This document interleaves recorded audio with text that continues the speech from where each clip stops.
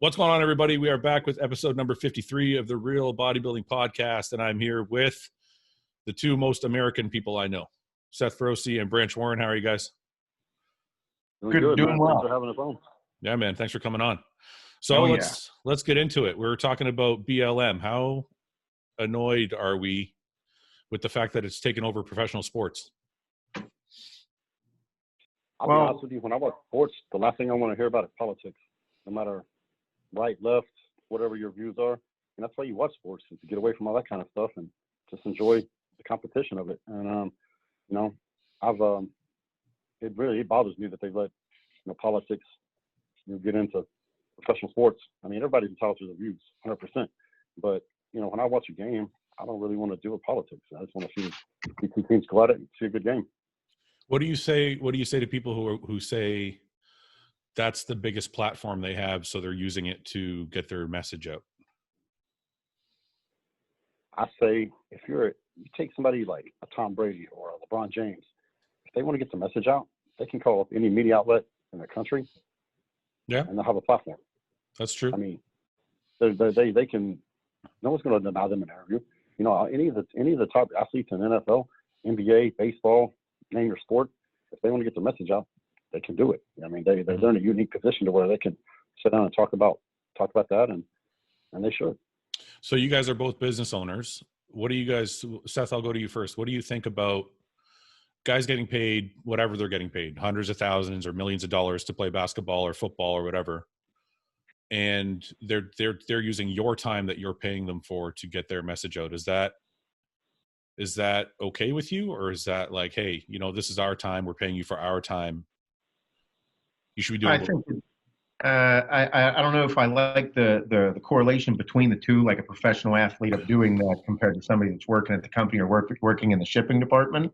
Yeah. I think like for the professional athletes, like I get why they're doing it, but like Branch said, like any of those people that are high profile and that is their platform, bro, they have huge social media followings. They can call up any news station, ESPN, ABC, NBC, CNN, whoever they want to, and they can have their conversations and get it all out. I think, I believe the disconnect between like the movement or the organization Black Lives Matter and the actual cause of Black Lives Mattering, I think there's a huge disconnect there, because I don't think there's anybody out there that doesn't agree that there should be a platform talking about the issues that we have in the country. Mm-hmm. I think the problem is the fact that the organization itself, Black Lives Matter, is a Marxist organization, and if you look a little further into it, it looks like a money laundering organization. And people that look into foundations, that's why whenever you choose a foundation to donate to, you're very selective, like Wounded Warriors. It's a great concept. It's awesome. But when you look into it, you realize that there are people on the board making millions upon millions of dollars. Mm-hmm. That's a little fucked up. Yeah, yeah. So when Black Lives Matter has had billions of dollars donated to it, whenever we're talking about billions, we all as business owners know what it's like to have like a little bit of money and make it a lot. Yeah, yeah. So when you have billions of dollars, you're like, holy shit, what have you been doing with it all? Where's it going? Please like elaborate on this so that I can be like, okay, that's a great idea. That's a bad idea. Mm-hmm. And that's just being logical. Yeah. I think my biggest issue with it, my thing is, originally it was about police brutality. And I was like, you know what? I'm 100% on board. Let's figure out how to like reform police or figure out how to train them better or whatever it may be. But my biggest issue with it now is that you are wrong if you disagree with them.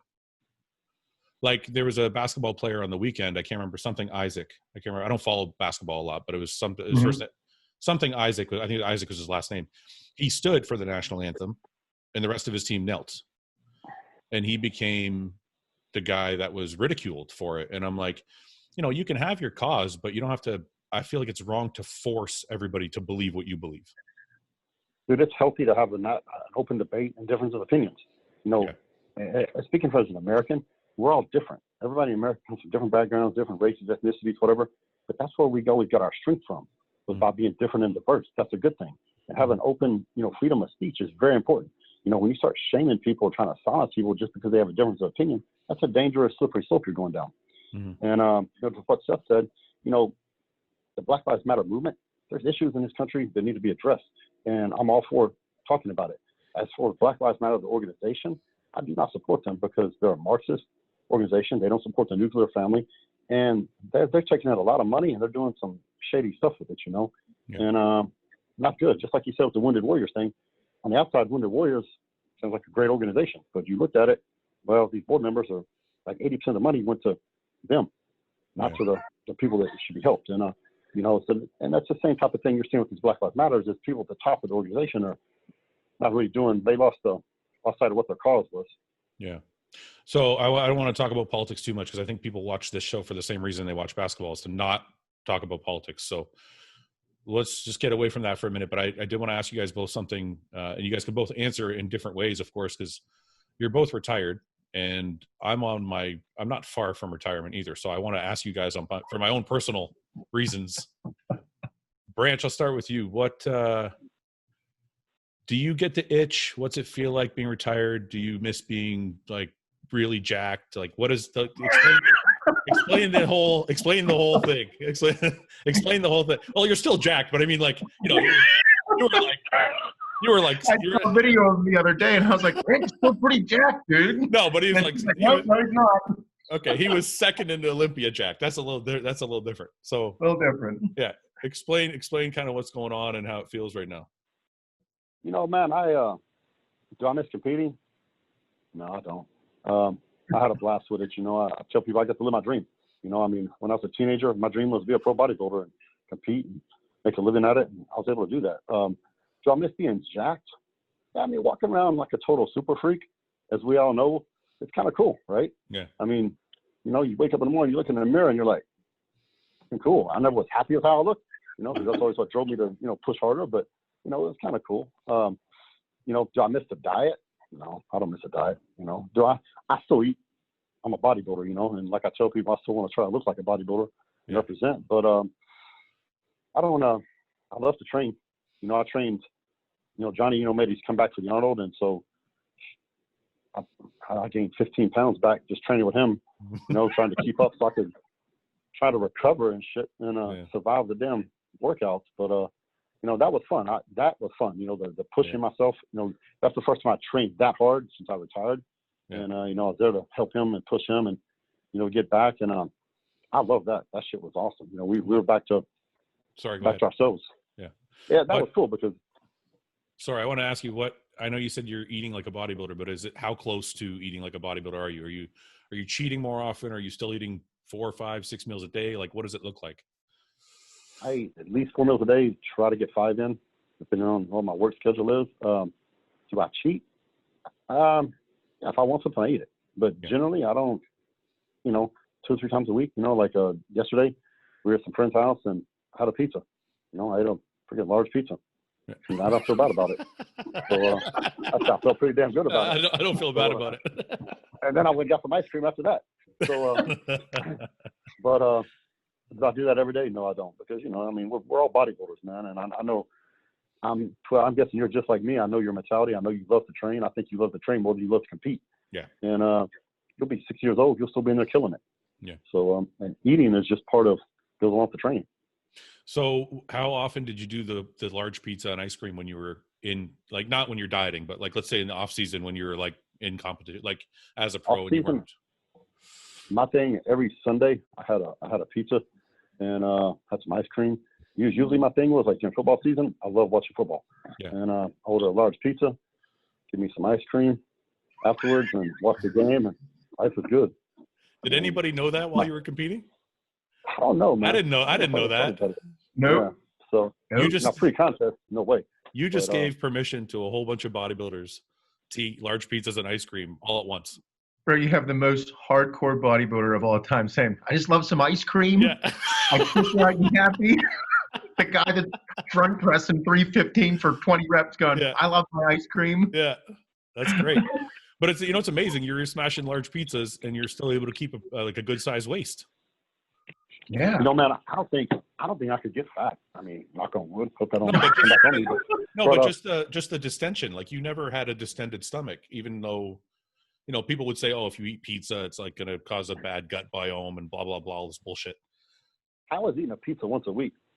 an off season going to give you have the tinted abdomen. It's just doesn't.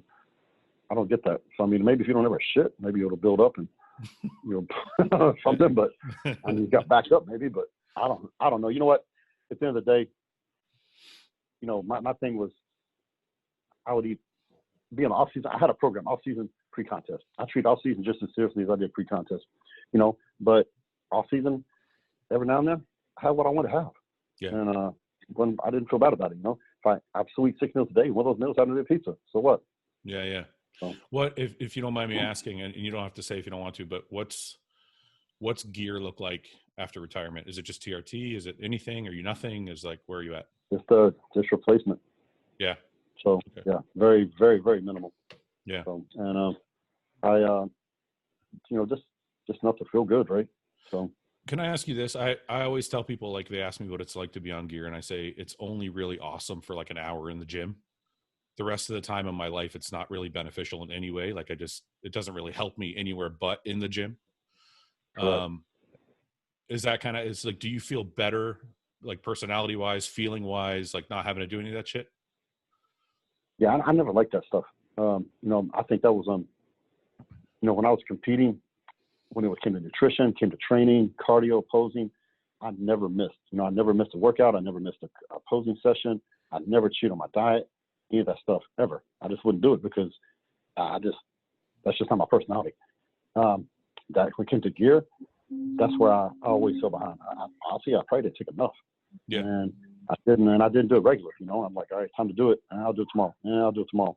Next thing you know, it's like 4, 5, 6 days past due. Yeah. And I'm like, I still haven't done it. And that was the one area that I probably should have been, because I just didn't like doing it. Yeah. Hey, Seth, are you like that too? Because I'm so glad you said that, man. Because there's days where I miss, like I'll get it ready and it'll be out and I'll be like, and you don't want to do it. And like a day or two will go by and you're like, okay, I got to do it. Is that kind of how you are? Yeah. I mean, for me, we're all wild men in our own ways. And whenever we get into the zone, there's nothing that can really break us. But like being outside of it, like you said, like there was only a specific time whenever if the real benefit from it all is coming. Right now, like I don't think I've felt better ever. And I'm on a TRT dose right now. I take 250 mgs of test every week. And I've never felt better. And I'm like, if you would have told me that 5 years ago, I'd have been like, you're full of shit. Yeah. I love taking 750 mgs of test. Yeah. I love taking a gram of test. Yeah. But no, I whenever I was like pre-contest or had a serious goal in mind, like I was into it. I was deep into it. But I really didn't have anything else going on outside of my life that was worth putting the same effort into. Yeah. So, but no, I like where I'm at right now. I think that's why it's hard because people that are listening to this are like, you three motherfuckers are saying you don't like to take it. That doesn't make sense. But then I'm like, well, it does in a way, because when I'm on the other end of it now, I'm like, yeah, I feel way better, but I wouldn't be here doing this if I didn't do those things. Yeah. But well, I shouldn't sorry, go ahead. No, finish. I was going to say, I shouldn't give people the wrong impression. I love it for the 1 hour in the gym. It's fucking awesome.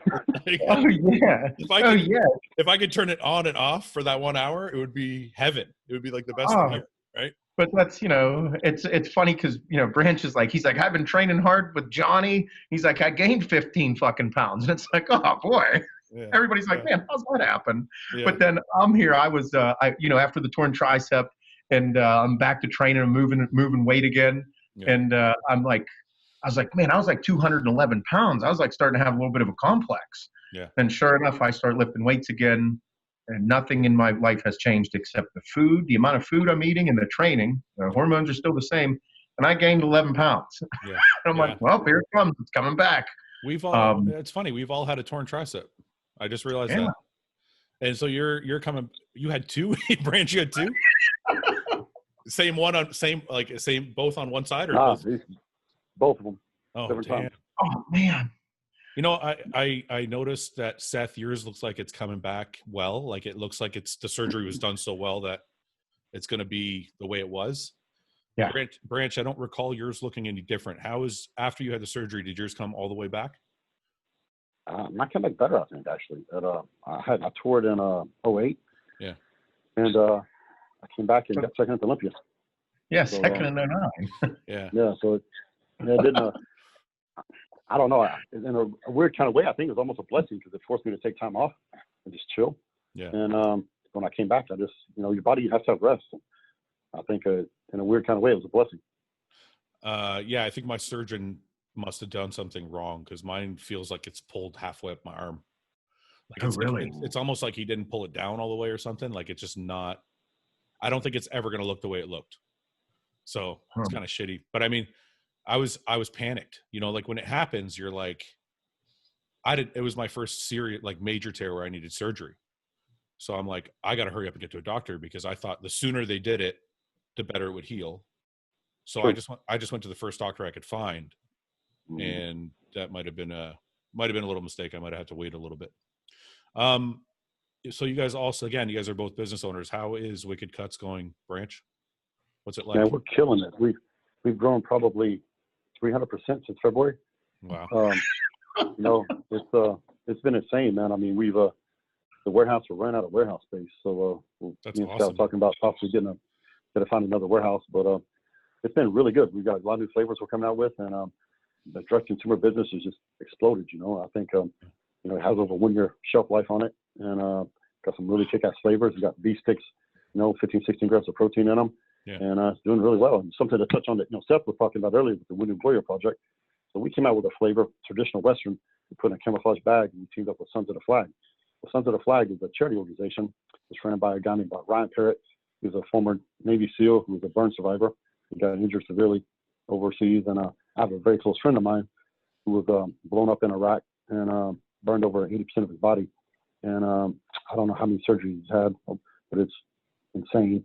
And and with burn survivors, it's not a get out of the hospital, you're good. It's an ongoing process of surgeries and kind of a lifetime of, care and stuff that they have to go back to. So me and Scott team, said, hey, let's do something to help these guys out. And so we teamed up and we gave a huge portion. We gave 100% of the proceeds from the sale of this traditional Western jerky, Wicked Cutz, to Sons of the Flag. So, help these guys out and help the men and women that are, because you hear about the people that didn't come back, but there's thousands of people that came back and they're severely injured and disfigured and everything else. So, just trying to do some good to help them. So you're doing well. Seth, how is, I know you got like 4 or 5 businesses now. So they all seem to be going well, or how are you doing? Everything's great. It's the consumer thing is a huge deal. Yeah. Like Branch said, like if you are set up to be able to have a direct to consumer business, you made it through COVID. You did okay because you were selling to people and you have a shipping department. You spend the money on having a team of people to help ship things out, make sure everything, a customer service center. Those things are very important, especially at times like this. We noticed that like some of the stores that didn't get a ton of foot traffic to begin with or were young in their early stages of building their businesses, they got hurt. We did what we could to make sure to help them, get good products. We helped them with some giveaway stuff. But we made it through because of the team that we built. We're fortunate. The gymnastics, we shut that down for a couple months, but we opened back up in first week of June, and every single parent and every single person in the community is excited because we had to shut down taking people because it's great. But yeah, we have no problems. Everything is great. Do you guys think, it's amazing to me because I see bodybuilders that start companies and they all seem to be doing well. Like when I think of all the different bodybuilders that have companies like, John Meadows and Jeff Long and Jason Ha and all the different bodybuilders that have gone on to do things. Do you think it's because we're channeling that same energy, right? Like, because we've learned kind of what it takes to build a body. It's almost like the same formula. Branch, do you have any thoughts on that? If you can take what bodybuilding taught me, self-discipline, work ethic, and it teaches you that, it doesn't come overnight. You got to have patience. First it takes to become a pro bodybuilder, average, 10 years probably of hardcore training. So, some people do a little less, some a little bit longer, but, so you spend 10 years of your life grinding away for a goal that you accomplish. And so a business is the same way. It takes years. And, You know, you're not going to start off and be the biggest company in the world and have overnight success usually. You know, it takes years of grinding, and, you know, you got to have discipline, financial discipline, you know, work discipline, and you got to know how to grind and work hard. If you can take all these things that you learn from bodybuilding and transfer that over into your business, then you'll be successful. Yeah. Seth, any thoughts on that? I'll piggyback the shit out of that 100%. Within business, there's like, it's not one dynamic. And just like in bodybuilding, it's not one dynamic. It's not, people are always like, man, how long do you spend in the gym a day? And you're like an hour and a half tops, yeah. You know, 2 hours on a big day. But, you know, the other parts of the day are just as important. It's just like that in business. Like, one aspect will not put you at the front of the pack, and it's not going to happen overnight. It's going to take a lot of discipline. It's going to take a lot of mental fortitude. Just like bodybuilding. Like, you're like, oh, I got to waking up at 5 a.m. to do an hour of cardio. People are like, fuck that. Yeah. Same concept with this. You got to be able to push through the ugly times, and that's really what's going to build your business. And I think that's why these companies are sprouting up, and they're staying and they're maintaining and growing, is because that's what we've done our whole lives. And like you said, Jeff Long, another retired bodybuilder, that dude, he's just doing his thing. He's hustling. Yeah. You know? Branch, do you think how many days, this is going to be different for every bodybuilder, but let's say you're getting ready for a show. You're 16 weeks out from the Olympia.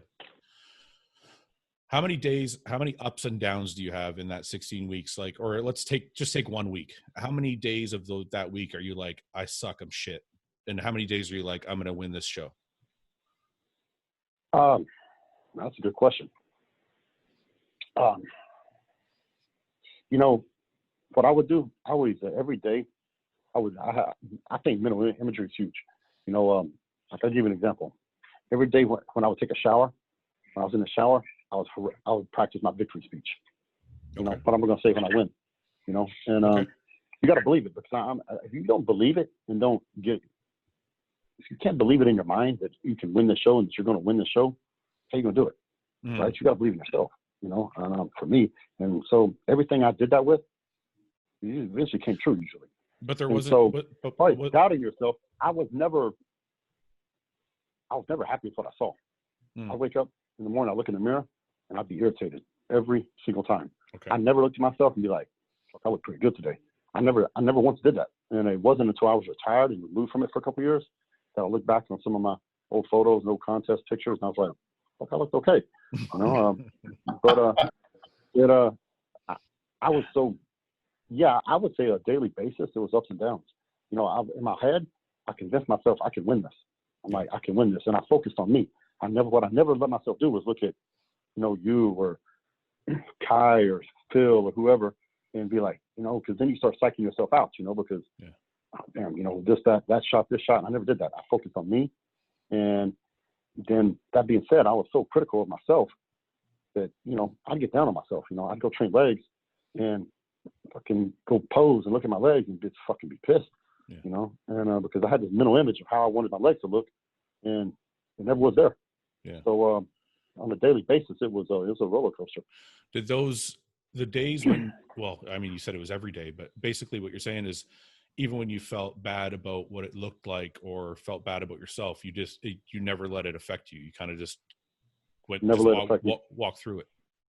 I knew, especially as my career went on, I knew just do what I knew to do, which was bust my ass in the gym and outwork everybody around me, stick to my nutrition plan 100%, practice my posing, and take care of all the details. And I knew if I did that, even if I felt like total shit and I was totally not happy with how I looked, I knew if I did that, it would get better. Okay. And that's the one thing, you will see improvement every week. You know, every week you pose, like, even if you may not be happy with how you look, but you will see improvement. Yeah. And I knew if I could be at my best, that I stood a chance of winning any show in the world if I could be at my best. Yeah. So Seth, you probably get a lot of these DMs the way I do. I mean, Branch, you probably also, but Seth, if you get DMs from people all the time that are probably like, oh, I look bad, or you guys never look bad. How come you guys are never down? How come you guys are never hard on yourself? You guys always look like you have it all together. You guys are always lean. You guys are always, I get these DMs all the time, right? I guess what I'm trying to get across to people is, even at the highest level where Branch is, or where you are, or where I am, Seth, how many days going through a contest prep would you feel this kind of way where you're like, every single day? Right? Branch just explained it to a fucking T for everybody to understand. For every single young person that's getting into bodybuilding, what Branch just explained is what's missing in today from any aspect of bodybuilding. You are going to look at yourself every morning and have to say, I need to work harder. See, like I grew up into bodybuilding, watching Branch and Cutler, and then being able to be a part of these guys. Like whenever I started coming up in my career, this is when these guys were at the pinnacle. 2009, I turned pro. Branch took second at the fucking Olympia. Like this was so, and then I joined the team of Muscle Tech. So I saw these guys up close when they were in their fucking zone. Yeah. Like you could not be more tunnel vision than they were. And the consensus was, fuck everybody else, work your balls off. Yeah. And whenever you get around that, it's not like you don't question it, you just do it. You like it's not what you hear, it's what you see. For me, it was just like every single morning I woke up and I'm like, same thing. I'm doing my cardio regardless. I'm not going to look at myself in the mirror and be like, man, I look like 5% better from yesterday, so I better back off the cardio. Nope. It was balls to the walls because I wanted to achieve something that perhaps nobody else had seen. Yeah. I knew I wasn't going to be Jay Cutler or Branch Warren or Phil Heath or anything. I was going to be me. So I have to push myself to this image that I'm seeing because I'm looking at my physique and I'm like, my legs aren't going to look like Branch, but my legs are going to look like mine, and I'm going to make sure they're fucking diced. Yeah. They're going to have these deep cuts, and it's going to be wild. So those things in your head, like Branch saying and he was saying his victory speeches in the shower. I was in the shower doing the same things of thinking of what I could achieve to look like. Whenever I'm in the shower, I'm looking down at my legs and I'm like, I want that to be so deep I can stick my pinky in it. Yeah. Like I want this cut in my leg to be wild. Those things blocking everybody else out. And like he said, like Branch said, leading into what was it, 2009 when at the Nationals and just watching Tamer Al-Gundi and watching Brandon Ray, the guys at that time that I was going to compete against, like it psyched me out a little bit. Yeah. It fucked me up for a few days to the point where I'm like if you let doubt get into your head, it will stay there for a while. Mm-hmm. So I just pushed myself, just get the mentality of that I'm not going to stop. Okay. So that's kind of that's kind of the point I was trying to get to. So you said, if you look at yourself and you look 5% better, it doesn't mean you're going to take a day off, right? Well, what if you wake up and you're like, I look 50% worse today. I look like dog shit. Did you ever look at yourself and go, were you ever so unhappy that it made you like lay up on the couch and not move? Did you ever experience a deal? It's okay if you didn't. No. Fuck no. No. Dude, if I ever woke up and I look worse, I'm fucking going to fix it. That day right then, right there, I'm going to evaluate what the fuck is going wrong. And I'm going to fix it and go make it right. So, and I don't give a fuck, man. If that means I got to do 5 hours of cardio and fucking train 5 times that day, guess what? See you tonight. Yeah. I'm gone. So, I mean. And I think that's the point. But that's the point I'm trying to get to. Not doing giving up. That's giving up. Because to me, the only thing worse than failure was quitting. Yeah. I think that's the point I'm trying to get to, because a lot of people, I think, get discouraged. And instead of trying to figure out a solution to why they're discouraged and why they look the way they look, they just throw in the towel. And then they may only throw in the towel for that day, but it's like they just wasted a day being depressed instead of going and trying to fix it. Mental toughness, man. We all have days like that where things, maybe you feel like you went backwards or something for whatever reason. And, we all know when you're on a contest diet, it's hard to look at yourself objectively, especially when you start cutting your carbs and doing that kind of stuff. That's why it pays to have one person in your court that knows what they're looking at and you trust and will give you the honest opinion, even if it's going to piss you off or hurt your feelings or whatever. You need that one person that will shoot you straight. And at the end of the day, you respect that person because they shoot you straight. But you can't give up. I mean, dude, shit happens. Whether you get an injury or, you got a bad day, whatever. I mean, that's life, dude. I mean, you got to pick yourself up out of bootstraps and keep going because it'll get better because at the end of the day, you're in control of you. And your physique, your physique will do what you make it do. So Seth, and what he was up, I'll jump right off of that. What Branch is saying, like for me, if I woke up and I looked significantly worse, more than likely it was because I was deficient in something, because I was doing fucking 2 hours of cardio a day. I was perfect in every sense of the word, listening to my coach. And then there'd be a time I woke up and I'm like, man, I am holding this crazy water. Or I'm like, man, what's going on? I'm flat as can be. Like there's there's this shit sitting between my hamstrings and glutes. And then that's whenever having somebody in your court, a good coach, and I'd be like, hey, dude, what is going on? And he's like, you need some food. We need to fill you back up. You didn't get enough sodium in. We're pushing you a little hard. Like, and that's how delicate the body is with bodybuilding. And that's the importance of having a good coach and knowing you and working together and communicating. But, if you're not strict, if you are not perfect in every sense of the word in every single aspect of bodybuilding, you'll have these crazy up and downs with your physique. Yeah. But if you're consistent, you'll see it go up and get better and better. And then you'll be like, oh, something happened. More than likely you need something, whether it be a high calorie meal, a cheat meal, or just a rest day. Just stop fucking working. Yeah. But that's pushing your body to the limits and going as far as it can go. Okay. So you say that about bodybuilding, but now you're in business. So, and we're applying all the bodybuilding stuff to our business. So in business, when you have those low days, it's not always in your control or your fault.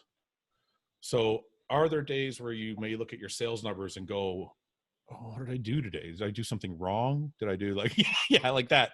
So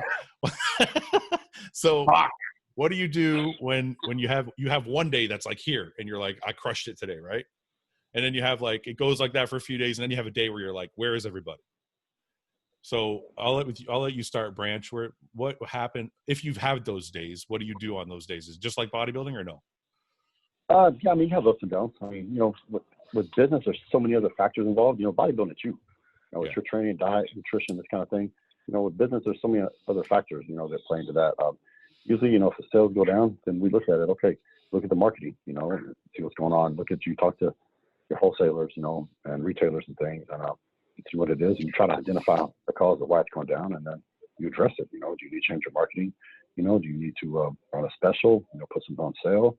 What is it you need to do to address it? And it's a very similar process. If you're looking at, like Seth was saying, you wake up, you're flat, or you're holding water, or whatever. Okay, you look at your physique first, you assess the situation. Okay, this is what's wrong.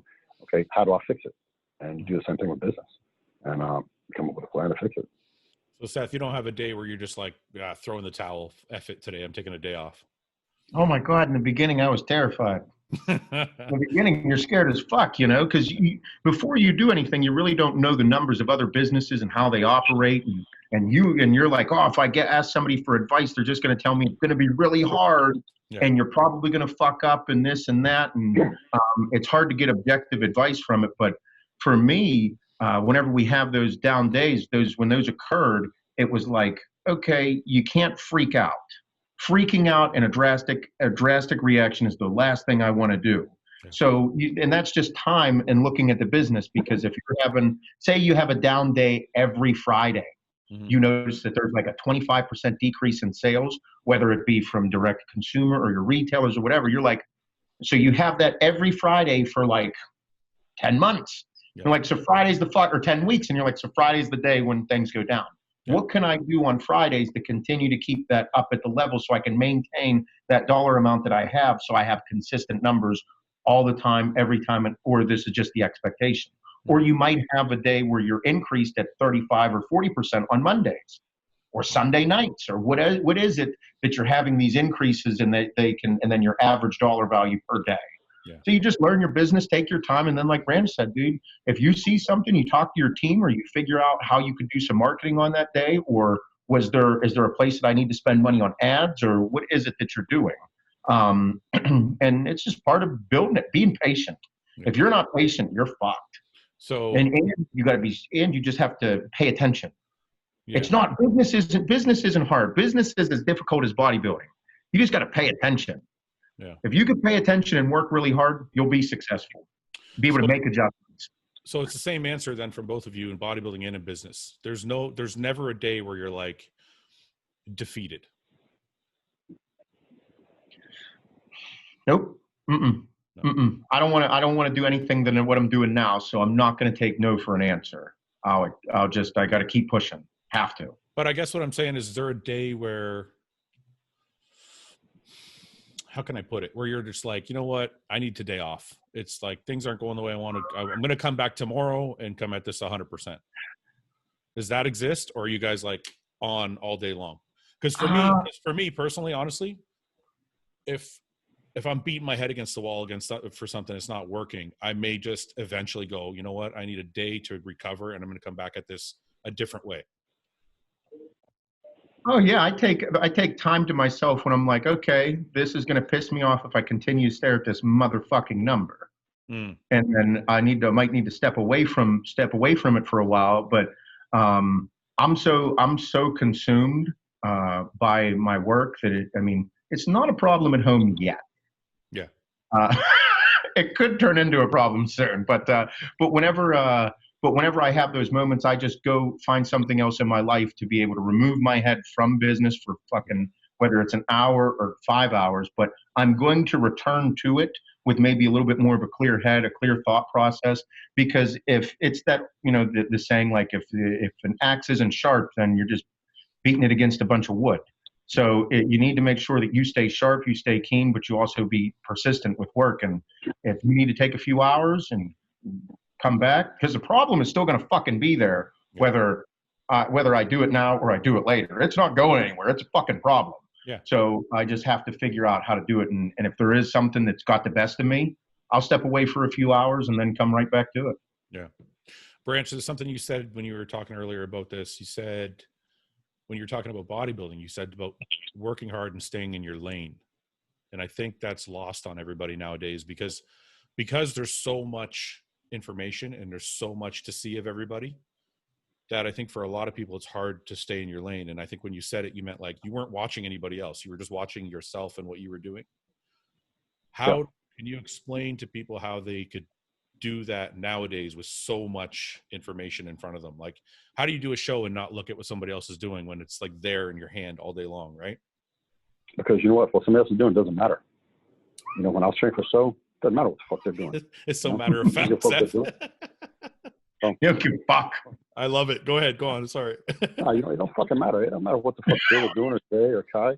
Give a fuck what they do, And I could care less because, guess what? All I'm in control of is me. Yeah. I can focus on my training. I can focus on my nutrition. I can focus on my posing. I can focus on all the things that matter on me. And if I put 100% of my attention and focus on me, then I'll be that much better.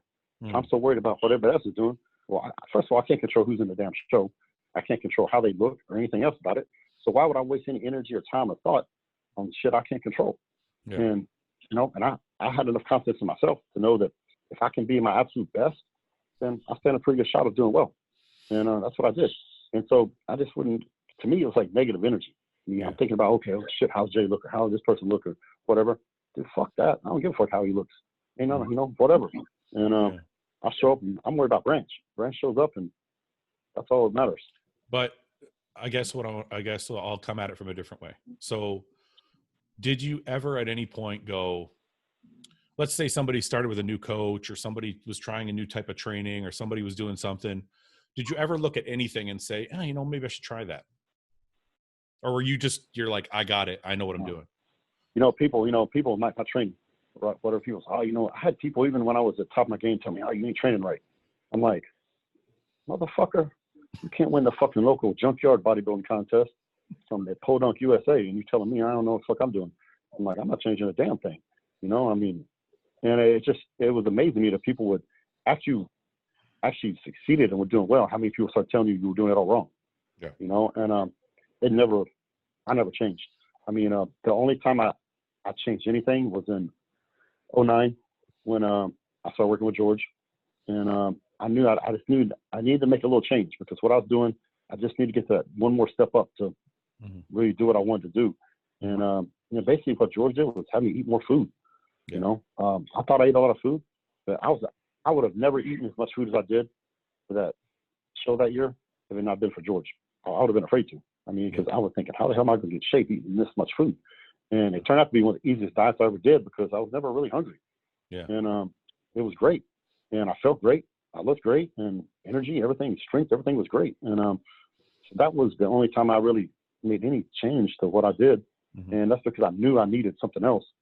And it took a lot. I went back and forth with George for a long time before I agreed to, turn over control of my nutrition because nutrition is more important than training. 78% of the equation is your nutrition. So I did that, but that wasn't because of what anyone else was doing. I could care less, what everybody else is doing. I'd always done it myself, and because nobody knew me and my body better than me. So it was a huge step for me personally to, trust someone else with my nutrition. And so yeah, I never what everybody else did, whatever the latest fad was or gimmick or whatever the fuck who the latest trainer was, I could care less. Yeah. So Seth, what do you see all these new things online, man? Some guys are doing cracking up. some guys are doing all. This is if anybody that has never heard Branch speak like this is the mindset in which molds you to be a hardened motherfucker. Well, that's why I like having him on the show, because he just man, it's just like that, right? It's and that's what I think. Refreshing. There's no gimmicks, there's no bullshit, because it's at the end of the day like how he was saying, like you don't give a fuck. Yeah. If you can attain that characteristic in yourself, to not give a fuck and focus on yourself, great things are going to occur. Great things. But for you, when don't get distracted. But when you were coming up, Seth, you were, I want to say, a little younger than everybody else, and you had reached a higher level at a younger age. So obviously, when you're younger, you're probably a little more, you're influenced more easily. Oh, listen, for me, it was a bit different because I was on the fast track. I believe that was the reason that I'm in the position I'm in right now, being a retired bodybuilder and not a current active pro. I think that I was young and immature. I had instant success early on in my career. And that whole thing of like, for as quick as success comes, it can be taken away from you. And I lived that.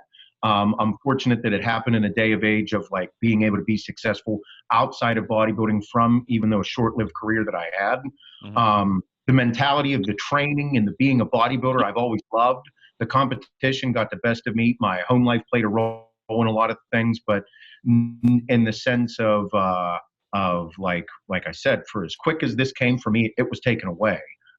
But when it comes to my success, it was because I got paired with a coach who our personalities instantly clicked. And he was able to take me and my mentality of training and just, I didn't give a fuck, dude. I was willing to do anything that he said I was doing. Yeah. And then as I developed and we had long conversations on a regular basis to help me learn my body and he taught me how to understand my body that much quicker. And then I was also open to telling him everything about myself and my feelings and quick updates with all the pictures. And he was able to pay attention and learn my body incredibly quickly as well. Yeah. But I think the short-lived career is also one of the reasons that I had quick success. And then that's the reason I had a short-lived career, because I wasn't mentally prepared for the loss. But I wasn't mentally prepared for not hearing that I did well. What I was trying to get at was, at a young age, though, were you looking around, or were you just like, I'm just going to do whatever my coach tells me to. I don't care about all these other things I'm seeing. This is what I'm doing. I was tunnel visioned. I didn't care what anybody else was doing because I knew I could train. I knew I could train harder than anybody I was going to train with. That's the mentality that I had. And I was like, I want this so bad, I'm willing to do whatever. And then I had one of the best coaches in the industry start working with me. So at that point, then I'm like, fuck everybody. Yeah, yeah. And just I became tunnel visioned, and I knew personally that like what I was capable and the vision that I had. And when I saw other amateurs turning pro or a look, I was like, I can definitely beat that. Yeah. So it was I think today, a lot of people think way too much. Yeah, I feel like people look around a lot. The reason I brought it up, well, one, I wanted to kind of indicate to people that are watching, younger guys watching, that when you're confident in what you're doing, you're not going to be watching everybody. But the other reason I brought it up is, in your businesses, you're not like, how can I put this? So as bodybuilders, you guys were at the very top of the game, very top. Like Seth, you were at the top of the 212 for a little while. Like when you first came out, everybody had really high hopes for you being the very, very top. Yeah. Branch, you're second at the Olympia. When it comes to business, there are millions of companies, and you're not at the very, very top. None of us are. We're all shooting for that. Is there any looking around, or is there just, nope, same strategy, I know what I'm doing, this is what I'm doing, and there's no wavering from it? For me, I mean, we definitely have market awareness. You got to know who your competitors are. You got to know where they're, how they're marketing, and where they're being sold at. And how they're doing. So yeah, we definitely pay attention to the competitors, and trying to bring out a new product and being the first in the marketplace with a new product is, that's a big deal, and especially something that's developed as the beef jerky market. So they definitely, that's a different mentality, because you have to pay attention to what everybody else is doing, trends, what the consumers want, these kind of things. So you got to pay attention to what everybody else is doing and what the market trends are, and so it's a different mentality. We're focused on us obviously, but you focus on the competitors and of course the consumers. So it's a much different situation. Is that hard for you, Branch? Because you were so sure of everything as a bodybuilder, and it's like, not that you're not sure. I guess sure is the wrong word, but it's a different mentality now. So is that hard for you, or is it just it's been an easy transition? Yeah, it's been kind of scary. Like Seth said, it's scary as hell, man. I mean, you start a new business, and my world is fitness world, that kind of stuff, and so I'm stepping out in something that's beef jerky, dude. That's totally new world, So it was like you jumping out of air. Best way I can describe it, you're getting ready to jump out of an airplane for the first time, and you got a parachute, and you're like, hope this motherfucker opens up. You take that leap of faith, and you just believe in yourself, and you have your faith, and hope that it works, because you do your due diligence, and you come up with I call it it's a calculated risk. It's not a gamble, calculated risk. You know what the chances are of success, and you did your homework, and you think you have a very reasonable chance of success, so you move forward. But it's funny, it is a leap of faith, because we just started Hostile, and I didn't know. Like, you don't really know. You do, you do all your calculations, you see your following, but you don't really know what's going to happen when you place your first order for your products. You're like, is anyone going to buy this stuff, or am I going to be sitting on like $100,000 worth of product with no one to sell it to? Like, you just don't, you know what I mean? Like, scary thing, bro. Seth, did you go through that day one, or were you pretty sure of yourself when because I know you came on differently though. Cause Seth, you had some pretty good, market research, I guess you could say, because of previous companies you were with, and you knew what your code was doing.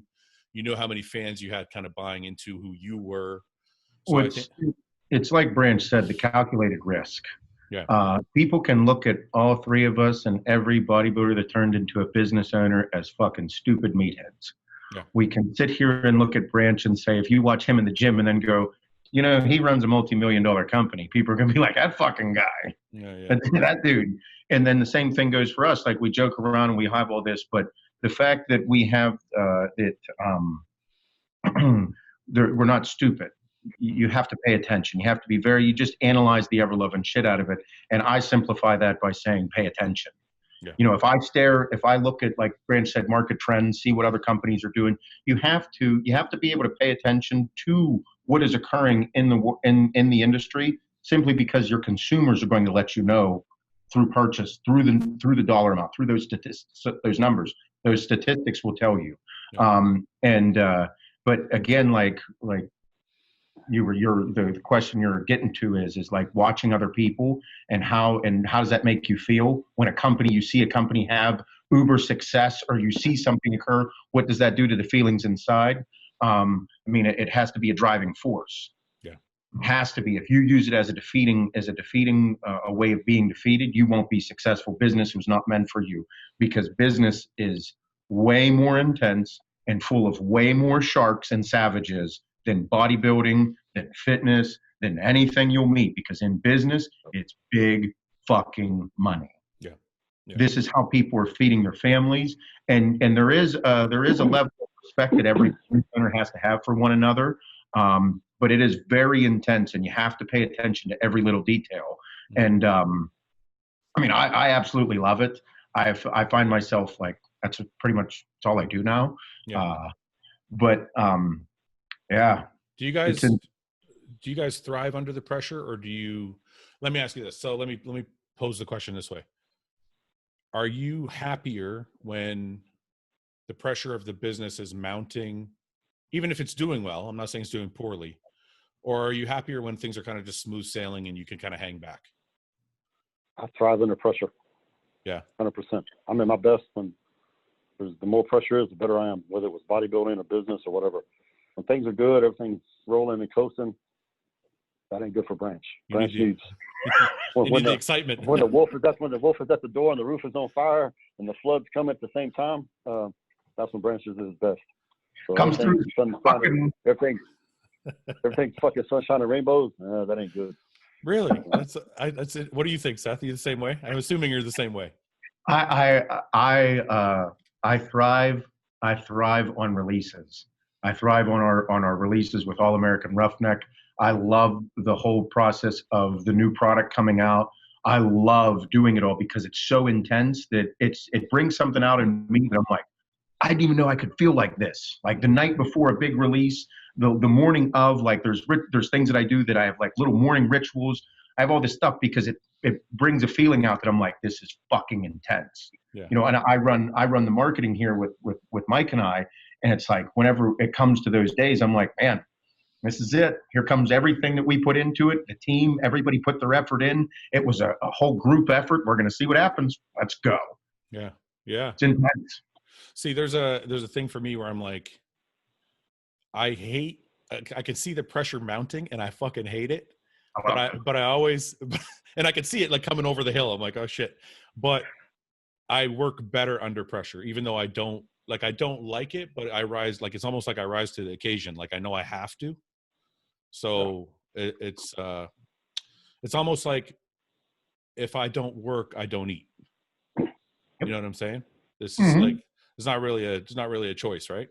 Oh yeah. I'm the same. You phrased it very well. I don't like it, but I'm way better when I'm under pressure. And like you said, when you see it coming, I'm like, fuck. You know, you don't like it. I ain't looking forward to it, but I always do better. You rise to it, yeah. Yeah.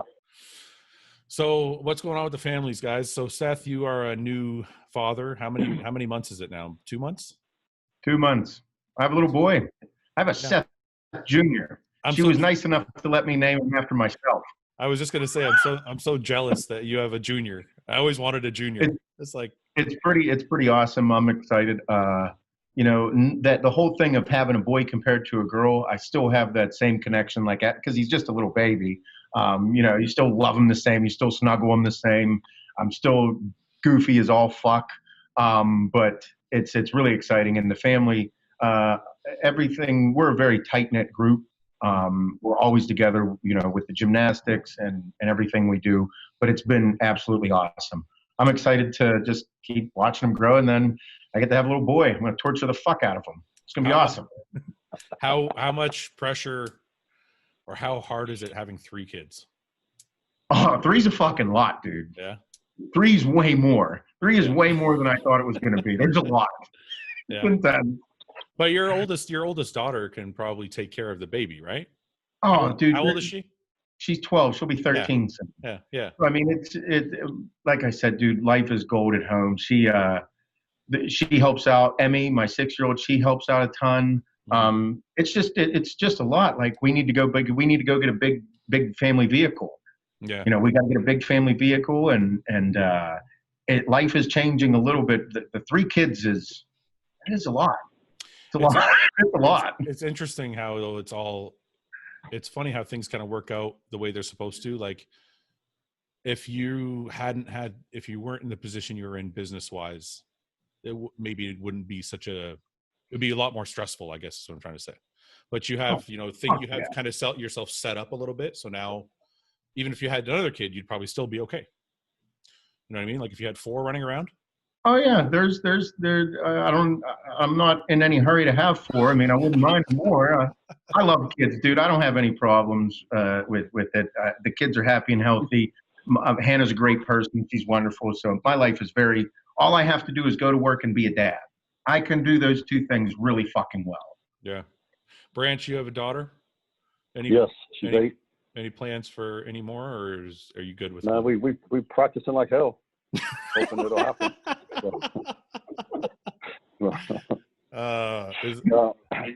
would love to have another one. I'd like to have a boy. I wanted a boy and a girl. We've been trying. So hopefully, God willing, we'll be blessed with another one. Boy and girl, either one, I don't care. Are you worried that they might be too far apart, or you don't think it matters? No, I don't think it matters. It's not thinking away. Faith is old enough; she could definitely help out, and she wants a baby sister. Yeah. So hopefully hopefully we'll have one. So if not, we're going to practice like crazy people until hopefully it happens. Yeah. Seth, are you still practicing, or are you shut it down for a little while? It's been we got the clear, and I got to be careful. I'm a fertile motherfucker. Apparently, you better go back on it. One fucking night in Vegas, God knows. You better go back on another cycle, man. Just slow that shit down a bit. But no, it was intense. Because she even said, she's like, I had a dream I was pregnant. I'm like, get the fuck out of here. After she had the baby? Like 3 days ago, because we started going back at it. We got the clear. It was like last week we got the clear. And I'm like, fuck, you already had the dream that you're pregnant? Oh, no. How long did you have to take off after the baby was born? I don't know. I don't know any of these things, so I don't have any kids. So 6 fucking long, horrendous weeks. Was there other activities, or was it just you and your hand? Horrible. Oh, no, I made sure that I was very giving in other ways of presence and whatever she needed, because I have needs. And, sometimes I just forget to have a towel walking around the bedroom at certain times. I'd let her know that I was in need. So I might have been a little too needy at times, but fuck it. Yeah. All about you at this point. I can't do nothing for you, babe. You're in this boat alone. I'm in my own boat. That's great. All right, guys, listen, I don't want to keep you guys too much longer. I know you guys are both busy men, but I asked people to leave some questions. You guys mind answering some questions from people? Yeah, of course. You cool? Okay. I took the liberty of grabbing a few of them. Let's see here. We'll start with this one. Oh, you know what we didn't discuss that we should discuss really quickly? Did you guys watch the Tampa bodybuilding show this weekend? I did. You did? I wanted to go over it really quickly. What did you guys think of the placings? Let's start there with the placings, because Hunter won, Ian took second, and Dwayne Walker took third. And there was a little bit of controversy with Dwayne Walker because some people had him winning and some people had him in second. I want to know what you guys think of the show. Well, congratulations to Hunter, first of all. I've known Hunter. He actually won that show down in Houston as an amateur. It qualified him to go to the Nationals. And I've, the history with Hunter and his family. So as a teenager, Lita Brada had a big show down in Houston. And when I was coming up, and I actually won his show. I did the teenage novice in the open as a teenager. I won all 3. And I met him. And his father gave me some advice, and he was super cool. I remember as a kid, he said, if you ever had any questions or advice, man, give me a call. Yeah. And I actually called him, and he actually called me back. And I was like, wow, this is pretty cool. One of the top, I think at the time, probably second or third in the world. And so his dad's a class act, and Hunter followed the same footsteps as his father, and he came up, and, congratulations to him. As far as the placements go, from what I could see, now, I will say this, pictures and videos don't always tell the whole story. Yeah. Sometimes people, like Dorian, for example, he never looked as good in videos and pictures as he did in person. If you ever saw Dorian compete in person, it was a freaking knockout punch. Yeah. Videos, you're like, well, how the hell did he beat Flex and Kevin and all these people? But from what I could see from the video and the pictures, I think it was Hunter's show to win. He was polished. His conditioning was good. Especially from the rear, he was tighter in the glutes and all these areas. So I thought he looked really well. Mm-hmm. Ian and Dwayne, from what I could see, Ian's tan was not good. His tan was off pretty bad in the morning. That hurt him in the prejudging. I thought from what I could see, Dwayne probably should have flip flopped. Yeah. I thought Dwayne should have maybe been second, Ian third. From the pictures, Ian, he's got great arms and shoulders. I think his chest needs to come up. I think that hurt him from the front a little bit, and he just wasn't quite as tight, in my opinion, as Dwayne was. And I thought Dwayne looked a little bit better. Yeah. Do you think Ian's posing could? I feel like Ian's posing hurts him a little bit. Ian just wasn't polished. He had a combination of the tanning, the posing, and he needed to be a little bit tighter. I think those factors, is what hurt him. He's a huge guy. I mean, he's got a ton of muscle on him. That's who you're going into the show. I was like, well, we'll see, how Hunter does, because Ian's so much bigger. But size-wise, Hunter hung with him. Yeah. And did well. What do you think, Seth? Did you see all the pictures and the videos, or see anything? Oh yeah, I paid attention to the whole thing. Branch made every point necessary. It was Hunter's show to lose. I don't think Ian or Dwayne had what Hunter had. I think in the morning, Hunter, everybody in that show, those top three guys, they weren't out of shape. Yeah. It's not like they were fat or holding fat or anything like it. You saw that. I think the being polished, it was a number of things. If those guys weren't in good shape, their nerves, because you saw the nerves get the best of them. Yeah. You saw the nerves. It was a big first show back. Everybody came back better in the evening. Like it was your typical bodybuilding show of how things go, because no one wants to spill over in the morning. Nobody wants to fuck up the prejudging. They'd rather come in a little bit harder. But I think Ian needs to be a lot more polished. And I think that when he does go through this and with experience, I think he's only going to get better and better. But Dwayne, I think had him. I think he should have been second and Ian should have been third. But I think Hunter coming back in the evening, it was hands down Hunter's show. Hunter won that show. Go ahead. Sorry. But I think that I saw people freaking out online and everybody had something to say about it. And I'm like, man, all three of these guys were in shape. They were all in really good shape. And when they came back at night, you're like, fuck yeah, this is what we wish prejudging would have been. So I think there was a lot of scrutiny because it was the first show back and everybody got to see it, which is good for the sport. It's good news that many people were watching and paying attention. Yeah. But I think that over time, they're all going to get better because they're all young bodybuilders. They're all early in if you want to call it inexperienced in the pros or however you want to put it. But I think they're only going to get better and better. Yeah. I think Ian was in shape. He was really flat in the morning, and you could tell by his front double bicep. Every time he pulled up to do a front double, his chest would disappear. Yep. Because it just wasn't hanging over his rib cage the way it normally is. 5 days ago, you would have been like, oh fuck. That's right. And he said to me, because I interviewed him the night before, and he goes, we always have trouble filling out, but I think we got it this time. But I did feel like he was flat in the morning. At night, he looked better. The reason I had him in second is I thought Dwayne Walker looked great, but I felt like he was a little shallow in the legs. I felt like he needed, like when they turned to the side, Ian just had so much more hamstring drop and such a thicker quad that I'm like, if Dwayne Walker had thicker legs, he might have been contending for first. And that goes into being there in person as well. Yeah. Like Branch said, if you're in person, you'll be like, there it is. Yeah. And I'll leave it there. What do you guys think about, I know some people, actually, I'm going to leave my statement out, but what do you guys think about Hunter and the Olympia and his chances this year and his placings in the future as far as an Olympia competitor? I think Hunter is still in his 20s, if I'm correct.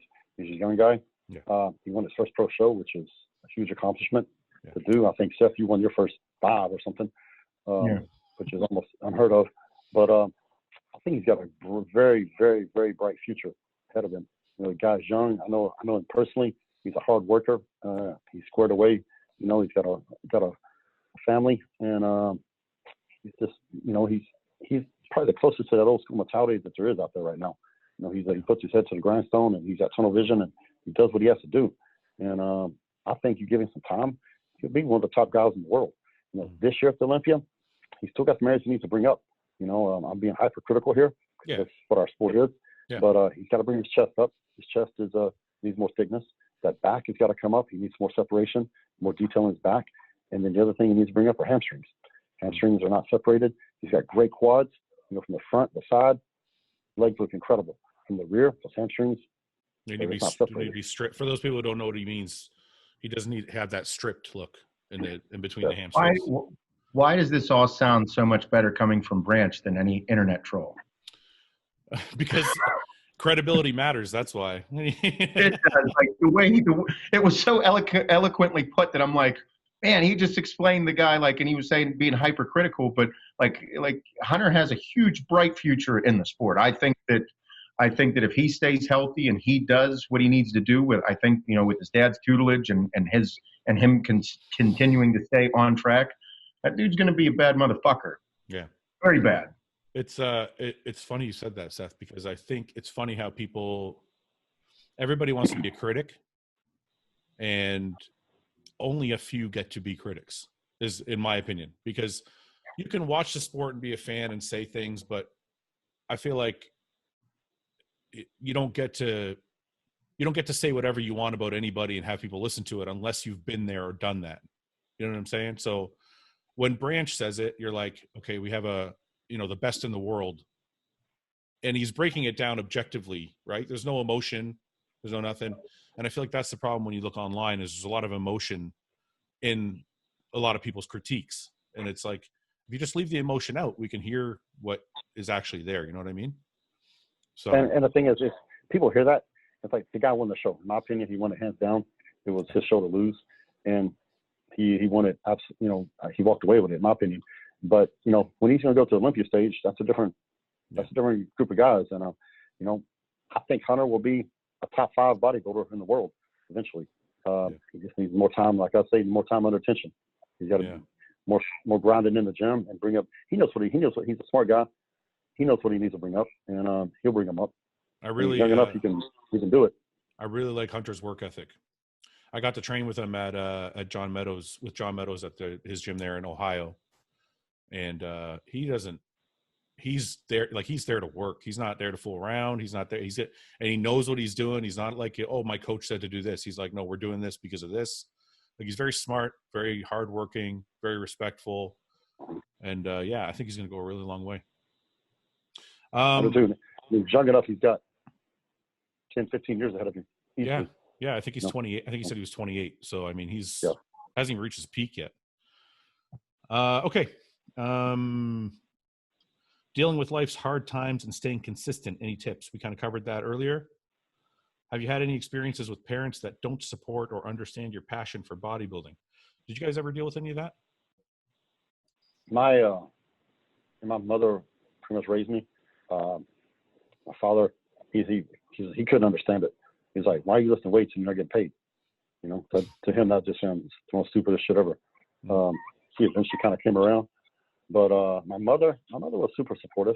Her thing was like, all right, I'm working. She saw how hard I worked as a kid and, how strict I was with the food. And, I started buying my own food because it was expensive. And, I'll tell you a story. When I got ready for my first competition, I said, Mom, I got to eat chicken and potatoes.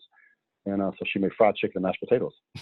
And I'm like, Mom, I said, I can't eat this. Well, you said chicken and potatoes. I said, Mom, this ain't good food. And she goes, what do you mean it's not good food? You eat this your whole life. And she got pissed. Yeah. So I'm like, you know what? I'm going to do it myself.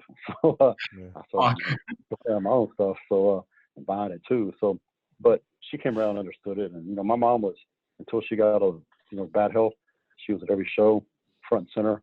And, my biggest fan. So she, once she saw, she didn't understand it at first, but once she saw, okay, once I turned pro and started doing well, she's like, all right, he's got it figured out. So that's cool. What about you, Seth? Any issues?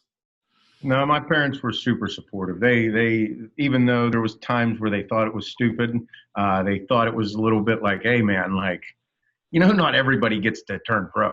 There's a good chance it might not happen. And I'm like, yeah, but there's a chance that it will happen. So, but they were always supportive, the food, the dieting, the everything. Like, they let me know that it was a little far-fetched, but there wasn't a time that they weren't supportive. They were at all my shows. Whether no matter where they were, they flew to them. They made sure we were there. So yeah, they were very supportive. People that think their parents telling them that it's fucking stupid, or like Brand said, you're not getting paid. Why the fuck you doing it? They think that, oh, you're on a diet. I feel bad for you, or why you doing that? It's really stupid. I think that's they're taking that as a negative when it's actually their parents are just looking out for them. Yeah. The parents just want the best for their kid, and they know that not everybody's going to turn pro. Mm-hmm. They know that not everybody's going to have success. Why you doing it? All yada yada yada. And that's just part of growing up. I think that's part of just learning relationships with people and understanding where to put people and what to talk to people about and how to communicate with them. Because whenever I hear, oh, you're on a diet, that sucks, I'm like, yeah, but I like waking up and fucking being shredded, looking nasty, having veins in my ass cheeks. Who can say that? Those are things that I enjoyed in my life the only people that are going to laugh about it is you guys. You're like, yeah, I know. When I got a vein in my ass cheek, I was like, fuck, dude. So it's my mom. I've been bodybuilding for 21 years now. And to this day, when I diet, like I'm in a prep right now. Once my face starts to get sunken in, my mom starts to worry. Oh, what you eat? oh, you're looking sick. Oh, you should eat something. You look like you're not doing so well. I'm like, it's fine. But it's like you said, it's because she cares, man. It's like, why do pros switch coaches so often? Has there been a pro to stay with the same coach from the time they got their pro card to retirement? I know Flex Lewis has been with Neil Hill for the whole time, I think. Mm-hmm. But why do you guys think that pro switch? I've switched coaches a lot of times. Ronnie was with Chad Nichols the whole time. Yeah. I worked with George there for a few years, and I did it on my own, and then worked with him for a few years, and last few years I did it. Why do you think? Why do you think pros switch coaches so much? They think there's a magic formula, some magic workout, magic drug, magic. I didn't think there was a magic. I didn't think there was a magic formula. I think some do though. I mean, seriously, I think some guys, they think that there's some magic thing out there, and and like something Seth said earlier that I think is very important. When he started working with his coach, they hit it off. The personalities clicked, and there was chemistry there, and that's important. Because if you don't hit it off, then you're going to be doing this the whole time, and that's not going to make for a good prep. And I think in that situation, you got to be the best coach in the world, but if you don't hit it off and you're not clicking, you need to make a change. That's a good point, actually. Go ahead, Seth. You think? What do you think? I agree. I think that the personality thing is the biggest part about a coach. Because whenever you actually meet somebody and you're like-minded in so many ways, and then his philosophy is like it clicks in your head. No matter what anybody can say, whenever that occurs, you're going to work harder. Yeah. We always all work hard, but whenever you click with somebody, like great things are going to occur because that coach knows what you're thinking and you know what the coach is thinking, and then the communication is always on point. It's how great things occur. Yeah. I think people switch a lot today. I think people switch a lot today because bodybuilding isn't what it used to be. It's not so much bodybuilding anymore. It's more of like fitness and classic physique.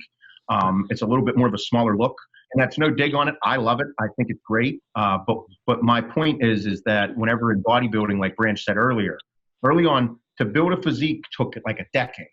Yeah. Whenever you talk to a bodybuilder, that person was training for like 8 years before they even did an amateur show or started thinking about doing a show. Mm-hmm. Like I started training when I was 14 years old, 15 years old, and then I turned pro when I turned 25.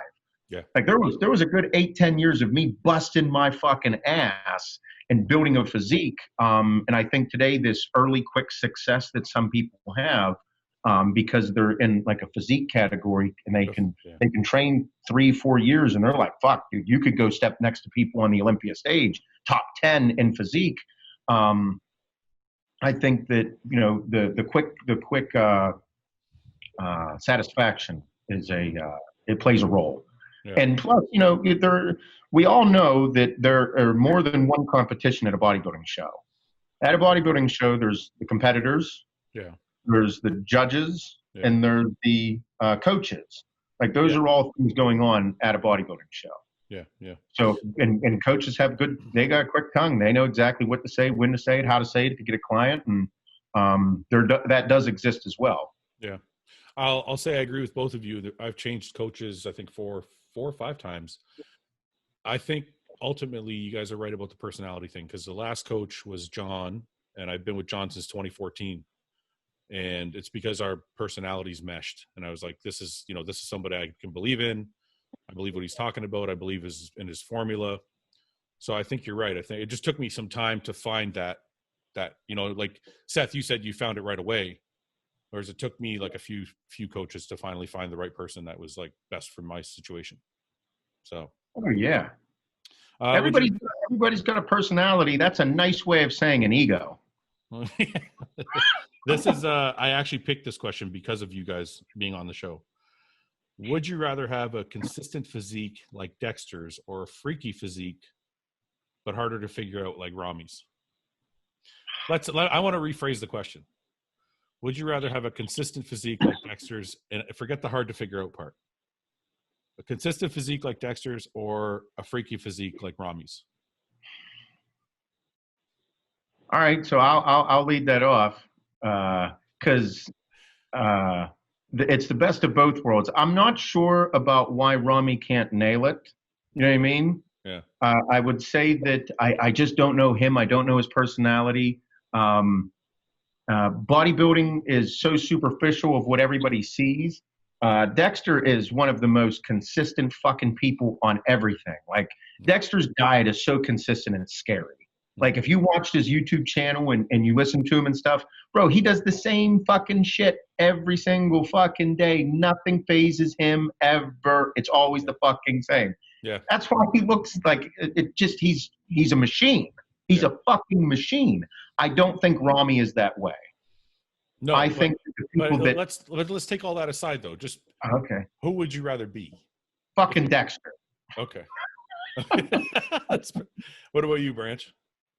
Dexter, because you know it's being consistent. I mean, that's how you win shows, being consistent.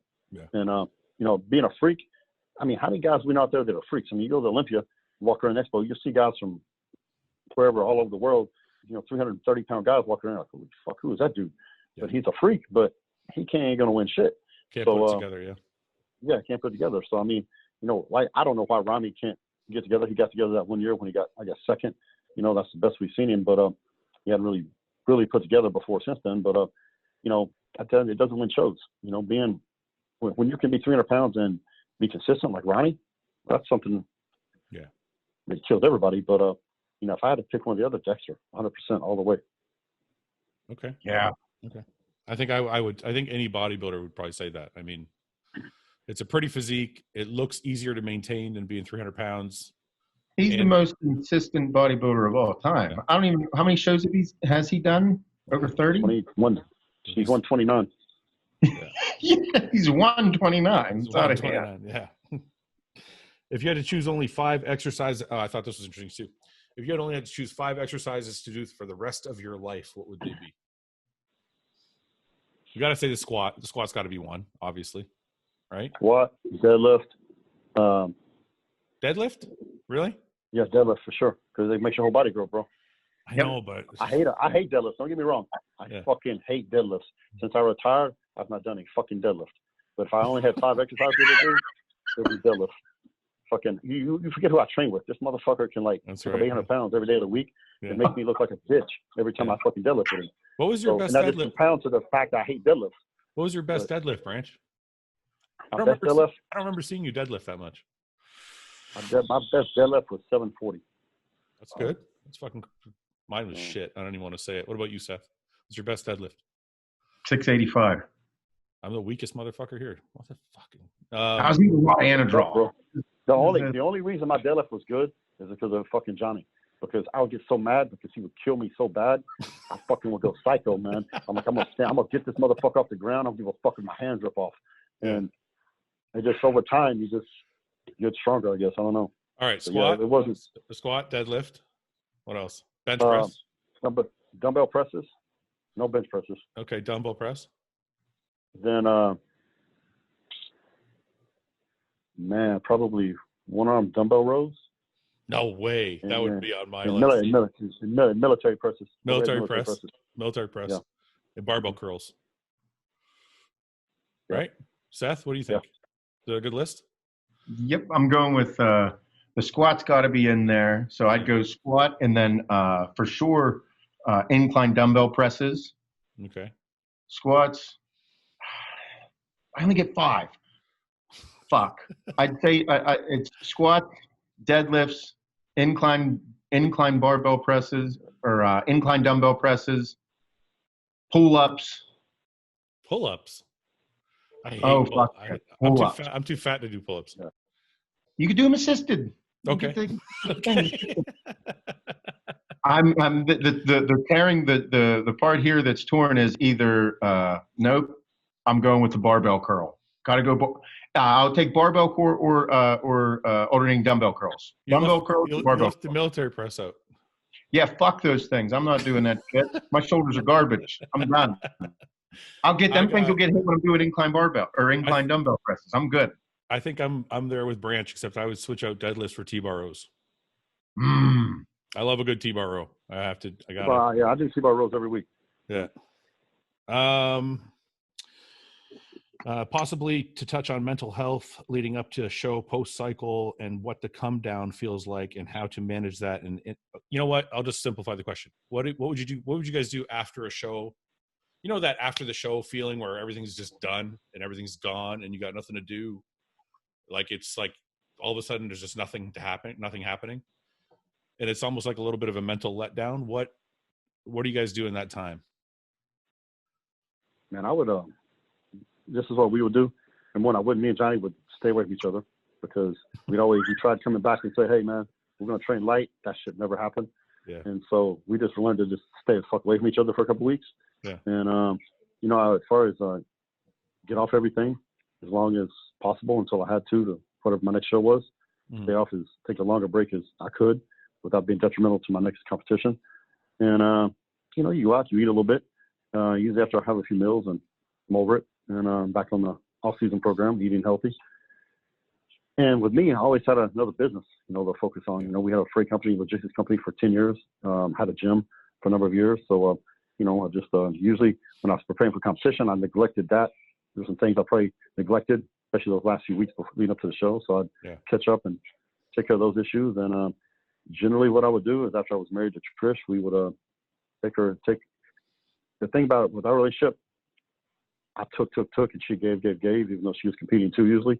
So, and that says a lot about her, being able to give, even though she'd be getting ready for the same competition a lot of times. So after the show, I'd usually we'd go somewhere and I'd take her on a vacation and, you know, let her be the queen for a while. Yeah. Yeah. Seth, what about you, man? After show, how'd you occupy yourself? So Branch is, he had Johnny. I didn't have a Johnny. So like, I noticed that after I did my first show and like you take a little bit of time to yourself, whether it's a few days or a week, you kind of get all fucked up in the head. Yeah. Like if you got to get off, if it's the last show and you need to get off your gear, you get off your gear. But me personally, it was like, I still had to do my cardio. I didn't do it as intense. I didn't do it in fucking sweatshirt, sweatpants and a tassel cap or anything. You know, I just went in and I just did light cardio. He's like, fuck out. You're in Texas, dude. You don't count. That's fucking different. Dude, my last cardio session was fucking right before the show, and I was done, so I had to do it again. I would be punched in the face and do that shit. I'm like Seth. I would get my cardio. I would keep kind of going back to my routine a little bit. So I learned because people to the refrigerator. Fuck that.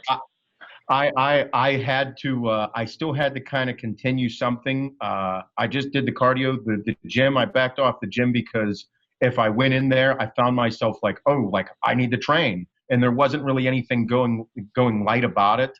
And also like your hormones are all over the place because you just fucking depleted yourself.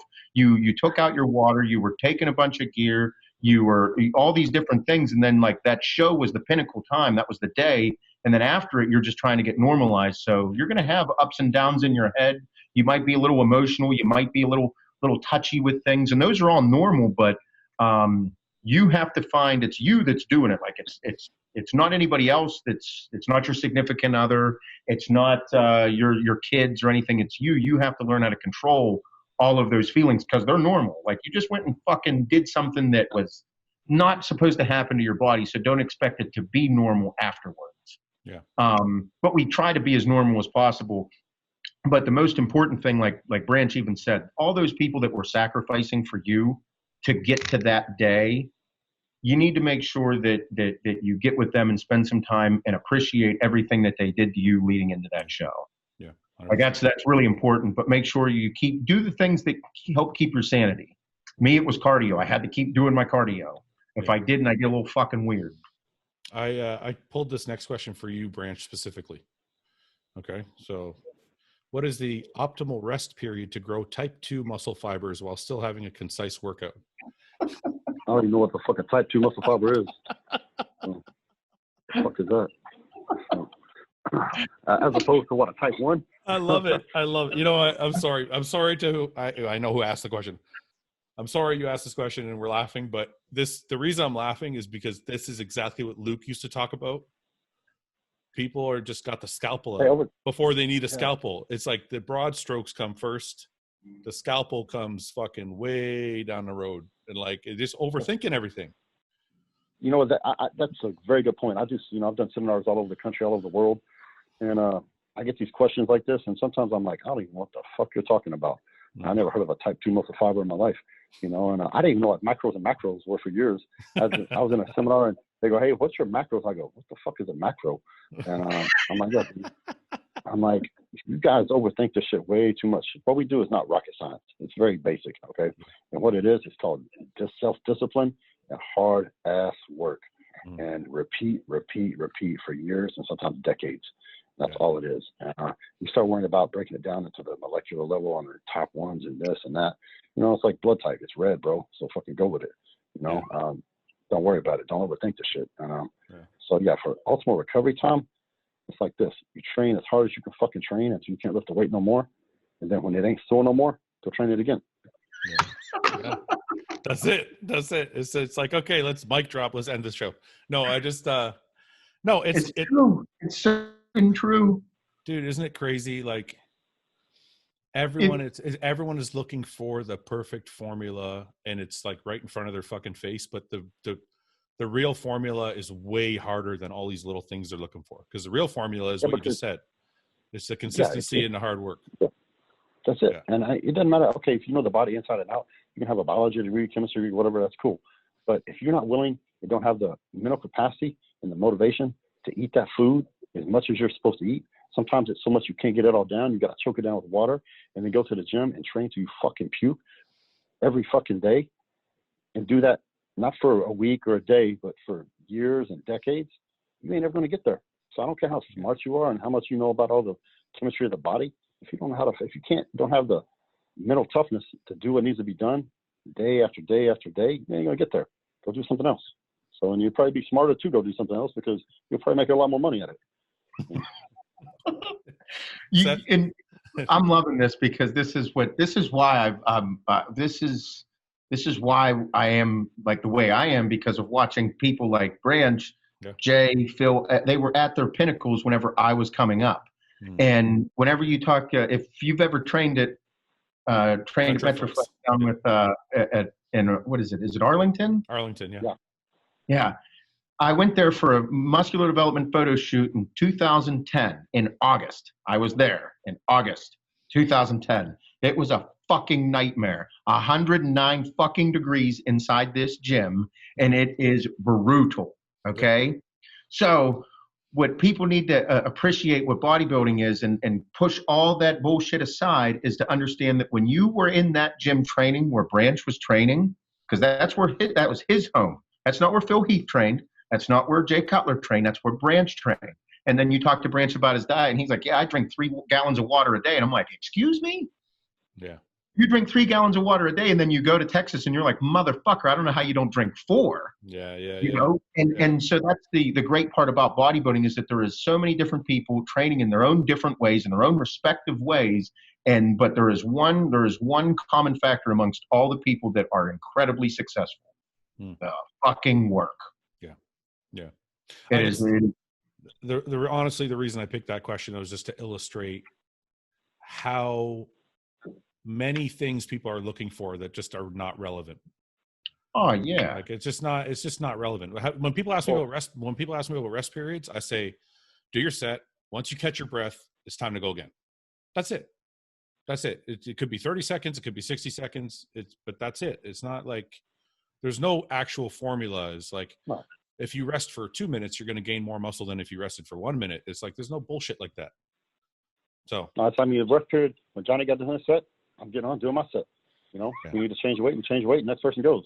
Yeah, you ain't sitting there watching the clock. Oh fuck, it's 35 seconds. Let's go again. Yeah. So what the fuck is that? I mean, if you're thinking like that, you ain't got your mind focused. So just doesn't make no sense.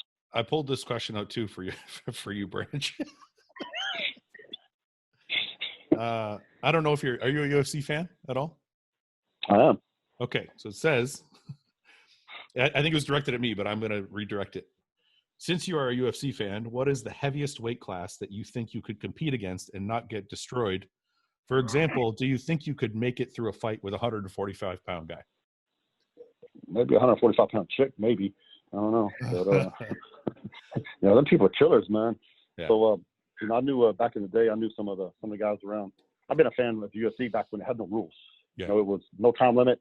You fought until you got knocked out or you submitted. And they had a place called the Bronco Bowl here. We used to go and watch the fights. And Sonny Guy Mesker and, you know, some of these guys that were, you know, from the Lions in here in Dallas. So, you know, the big, back then they had a lot of the top guys train there. Yeah. So I've been a big fan of it. And that's a whole nother thing, man. That is without a doubt the toughest sport in the world. I think so too. It's modern day gladiators. And I mean, to do that, you gotta be a little off to be a bodybuilder. You gotta be really, really fucking off to want to be a UFC guy. I mean, getting kicked in the head and choked out and punched and all that. I mean, if you're the one doing the kicking and punching, it's cool. But if you're the one getting kicked and punching, it ain't it's a tough ass sport, man. So your question, I doubt I could beat 140. I ain't gonna talk no shit. I can beat a 145 pound UFC guy. Eat your lunch. I don't give a fuck how big and strong you are. I mean, I've been doing jujitsu here lately, you know, since I retired, and something I always wanted to do. But when I was training, I didn't want to take a chance to get injured. Yeah. You know, so I never did it. And these guys, I'm way stronger. All that stuff than these guys, they freaking twist me up like a pretzel, kick my ass. You know, but it's like anything. You keep going back, you get better and better and better, and that's how you get better. And so yeah, 145 UFC pound guy, he'll stomp my ass. I ain't gonna even pretend. What do you think, Seth? You got a chance? Fuck no. No way. Like Branch said, dude, these guys are trained killers. Yeah, like they know more ways to beat my ass than I know is possible. Yeah.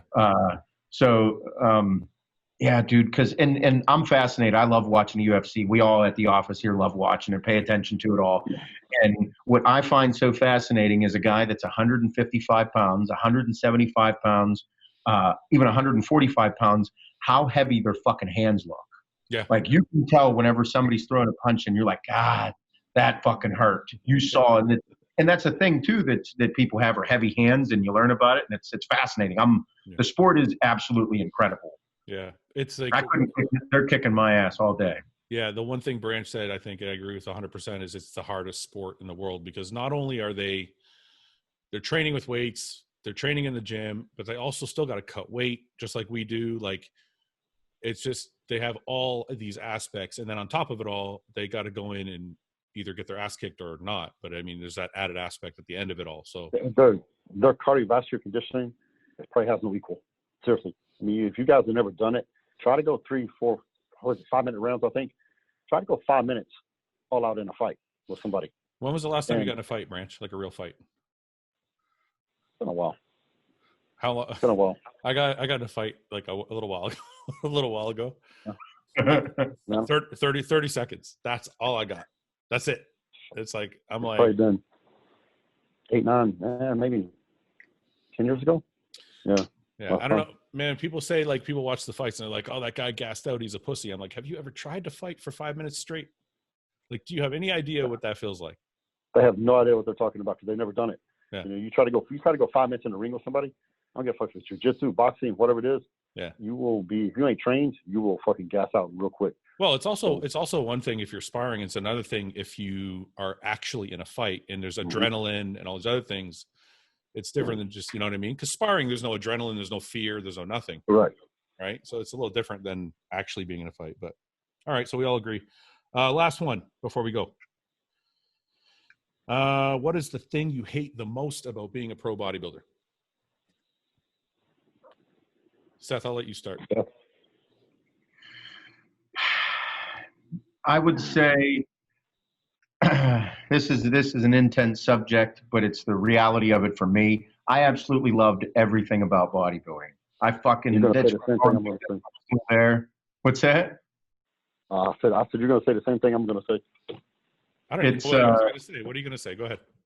It's for me, I love everything. The reason that I didn't come back and go into it hard and go after it was because of my health. I don't want to, I got way too many good things in my life. That was that's the one thing that held me back. My weak point today, still to this day, is my kidneys. My blood work shows it. And I knew because after a couple shows, kidneys look really fucking bad. And those are the things that freak me out the most. And other than that, dude, you asked, the Branch talked about not missing retirement. It's because he's very accomplished. Yeah. The dude is known as one of the best bodybuilders in the world. Yeah. Me, I'm not. I have a very, very, I have so many blank pages and potential and those words that are used, and it gets under my skin a little bit time, and personally it beats me up here and there, but I can't regret it because I have so much success and so much to be thankful for, and I still love and support anybody who competes. But that's the only thing that I don't like about bodybuilding, and if we say that that doesn't play a role, we'd all be lying, because we know people that have had adverse things happen to them. Yeah. So that's the only thing that kills me about it. That's it. Branch? No, I agree with that. That's why I said I knew what he's going to say. I think bodybuilding is one of the healthy things you can do. Competitive bodybuilding is not. And whether it's amateur, professional, whatever, competitive bodybuilding is not healthy for you. If you have any common sense, you can minimize the risk. Fortunately, I competed for a very long time, and I'm in really good health, and everything is great. And I thank God for that. But that's the part I didn't like about it. We push ourselves to extremes because we're trying to win, right? And the key is you just don't want to go over that line and become detrimental to your health. And that's what I hated about it. It's like I'm getting ready for a show, and the last week or so is, it's not healthy, man. Dehydrating yourself, doing extreme, the diet we do, and you're doing more exercise than ever, and then you're taking this, you're taking that, trying to dial it in, and you're saying when you're doing it, you're like, this probably ain't freaking too smart to be doing this shit, but I love it. You do it anyway, and then so it's bodybuilding, like what I do now, I'm completely healthy, man. Blood pressure, cholesterol, heart, liver, kidneys, everything, dude. I'm healthy as a horse, and somehow after everything I've done, so because I don't compete, I don't push it to the extremes like that. And the bodybuilding lifestyle is a very healthy lifestyle. Competitive bodybuilding lifestyle is not, and that's what I don't miss that, and I didn't like it. I didn't like it at the time because I knew, and it honestly, it was just like with business, it was a calculated risk. Okay, you knew what the risks were. Okay, this is the chance of success. This is the chance of getting through it and not having something negative happen. Are you willing to take that risk? And I did, and luckily every time I was okay, and I didn't have any adverse or long-lasting effects from it.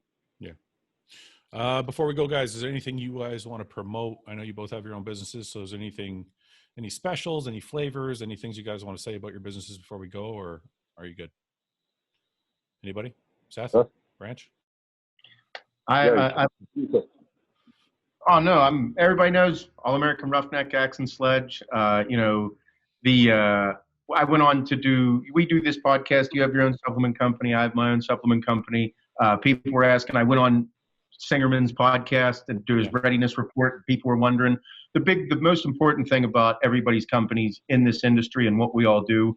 Part of bodybuilding, me personally, I think part of bodybuilding, part of being in the fitness industry is experimenting with all the things that we find fascinating. Whether it's a pre-workout, whether it's a flavor, whether it's a new protein powder, a new product, making it fun for the customers and the consumers and the fans and the people that are living this every day is the most important part. So, and that's what we promote as a brand. That's why you, Fouad, have no problem bringing on anybody onto your shows, and the same thing with us bringing people in for the podcast. Like it's what we want to do. So I can't encourage everybody enough to make sure that they enjoy everything that they have going on in the industry, and use the internet for the good. Yeah. Find the good products, find the fun, find good channels, not a bunch of negative bullshit that's just going to fuck your life up and make you have a bad evening and not enjoy your family and get all tied up in drama. Don't do that shit. Do the good. Branch? We got Cutz, my company. You just go to wikicutz.com. That's wikicutz with a Z. And use code lightweight25. Get 25% off your entire order. So fitting. So I love it. But we got some new stuff we're coming out with here. We got a whole bunch of new beef sticks we're coming out with. Got some new flavors, some jerky we're coming out with, and got a new product that's going to be very innovative. Actually, no one else has it, and that's really hard to dream of something in this industry to be new and be innovative. So that's going to be coming out towards the end of the year. So Seth, we got a lot of good things happening. Sorry to interrupt you. Do you ship to Canada? Because I haven't tried your stuff yet, and I want to. Seth? Or sorry, Branch. Yes, I do. So Wicked Cutz Yep. ships up here? Absolutely. Okay. Yeah, send me your address and I'll send you a bunch of stuff. I'm dieting, but on my next cheat day, I can eat a bunch of beef jerky. It'll be on the way. All right. That's awesome. Anything else you want to finish with, Branch? Or are we good?